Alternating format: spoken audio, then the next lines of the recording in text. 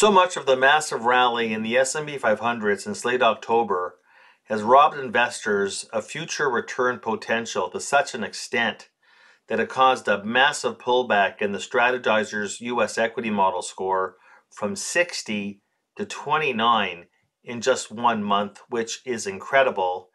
And our model now places the S&P deep into underweight territory. Want to make risk-adjusted returns in the coming year in the equity market?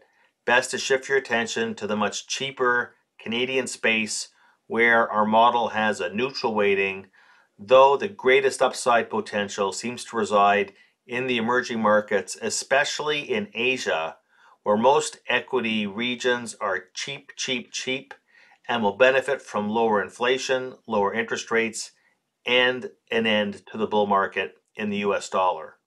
In a world where so many assets are inflated in value, bonds, both government and corporate, are screening quite well.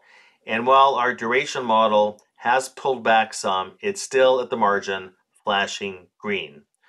So is the commodity markets, with specific reference to natural gas, agriculture, and gold. And a final word here on equities.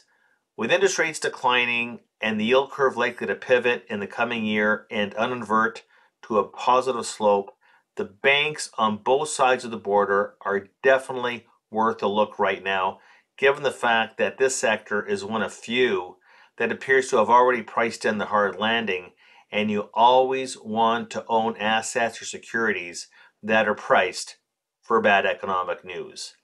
And if we don't get the recession, so much the better. Leaving on that more optimistic note, Happy New Year and happy trading.